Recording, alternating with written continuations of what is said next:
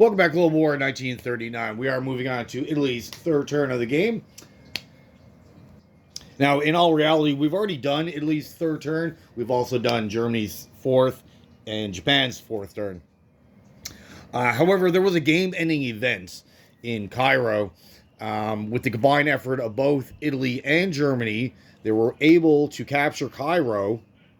Now, at the time, my thought process was, I want to get rid of that factory. I knew I couldn't hold Cairo because the follow-up attack, they would have. They had two guys in Transjordan, a couple fighters. They have some guys down in Somaliland. They could have came up, recaptured it, but this time they wouldn't have the factory.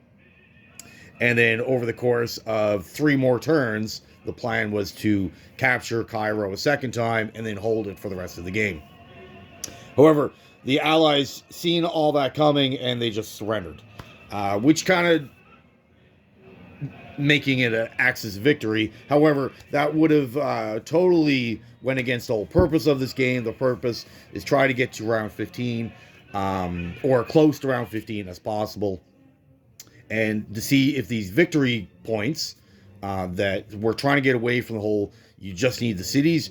There's other aspects of the map that the Axis do need to conquer, accomplish to actually win the game, and they'll be awarded victory points as they go along. So right now we set it to 18. But is 18 too much? Is it too hard? Is it too easy? We don't know until we actually conduct a bunch of play tests. And it's not just this game going on. There's a couple of other games going on in the background, and we're just trying to get as much information as possible, pull all that together, and see what we're trying to accomplish is actually worthwhile. So in order to prevent a game-ending event, we're just going to back up a little bit. So just to explain what actually happened in Cairo, the Italians with their lone bomber, and that's the only unit that can actually get there. The British at the time only had 1 fighter and an infantry in Cairo. This Churchill tank was actually in Egypt, and my opponent already minute. He just moved out that tank for no particular reason, just because. But it didn't need to move out. So the bomber came in, did a maverick move, knowing that it would only have 1 round of combat to achieve its goal of landing 2 hits of 4 or less. It was able to do that, removing both the fighter and the infantry. Of course, the return fire on the defense attack killed the bomber, which we knew that would happen. They would have the fort, the infantry, and the fighter all rolling back at it. The likelihood of going to a second round, very little. It's possible, but the likelihood is small. So the bomber died, but there was no units left in Cairo. And then the Italians bought a Kriegsmarine, or a transport, to use the Kriegsmarine ability. They also bought a naval base up in this territory, allowing any transport in C-Zone 40 to move 3 spaces down to 47, dropping off 1 lone tank, capturing Cairo, removing the factory, removing the fort, and then the rest, and go from there. So in order to prevent that maverick move by the bomber, we're going to move the tank back into Cairo instead of in Egypt. That would totally remove any possibility of that bomber succeeding on removing these units, allowing the Germans to come in. So we're just going to back up a little bit, and we're just going to rerun Italy's third turn. There is no combat. It's just going to be a non-combat move. Unit placement, go from there. With the Germans, we're going to keep the turn exactly as it is, and we'll post that momentarily. But when you see on that video the Germans going into Cairo, no, that's not happening. We're going to do the modified on this video. Same thing with Japan. They did 1 move to help support the attack on Cairo, but we're going to back that out as that move no longer makes sense. What the Japanese end up doing, they brought up 4 transports to C-Zone 41. Of course, there is a sizable British fleet there. They would have obviously killed the 4 transports, but we're going to suicide the transports to get guys into Iraq, and they landed 8 guys in Iraq. Then the whole plan was remove the factory, the fort with the lone tank. The British recapture it. The Italians on their fourth turn move into Egypt. On Japan's fifth turn, move into Transjordan, and then get more Germans down. So with the combined effort of all three, this with Transjordan under Axis control, the gateway from the Mediterranean, Indian Ocean would be cut off. They wouldn't be able to move ships back and forth. And then the turn after that, they would have captured Cairo yet again. But this time with so many, all three Axis nations in this area of the map, the British wouldn't be able to recapture it for the second time. And then Cairo would be under Axis control probably for the rest of the game. So, for Italy, so here we go. We're just going to do Italy all over again and then move on. So for Italy, their moves, they're just going to do non-combat moves. But before we get into that, we're going to get into unit purchases. And they do have 36 to spend. So what they're going to opt for, let me see. So what they're opting for is a cruiser, 2 transports, besiglary, artillery, and a mech, all for all $36. So we'll worry about that in a second.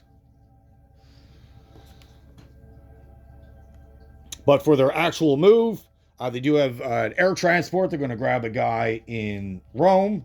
They do have a movement of 5 plus 1. So it's going to be 39, 41, 46, Alexandria, and then land in Tobruk. And then the 3 guys, 2 besiglaries and the infantry, are also going to move up to Alexandria. And the remainder of the Air Force is also going to move. They have a tactical in Tobruk that's going to move up. The bomber up in southern Italy, that's going to move down to Tobruk. And the fighter, 2 fighters and the other tactical from Torino, southern Italy, is also going to move into Alexandria.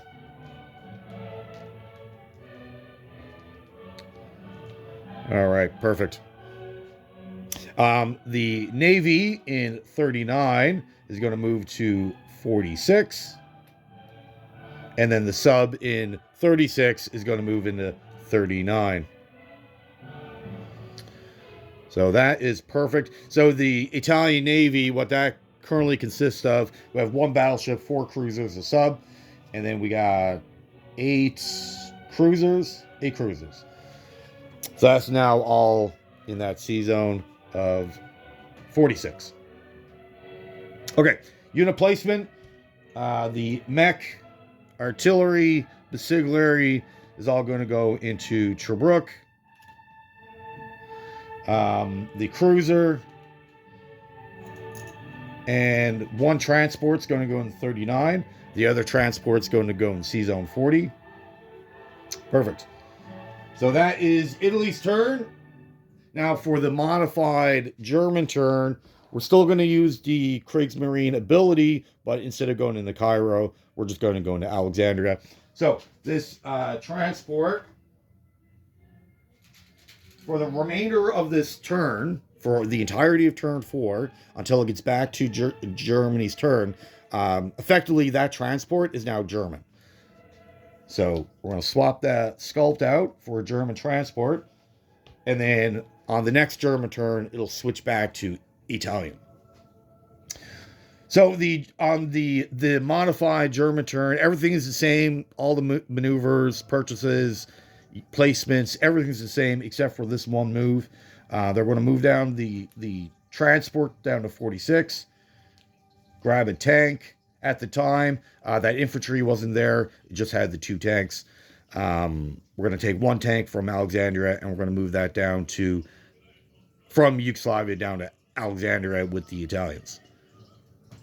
So that's the only move. Now, even though Italy bought that transport, on the next Italian turn, they cannot use it because every unit on the map can only be used once per round. So that's already been used for this round.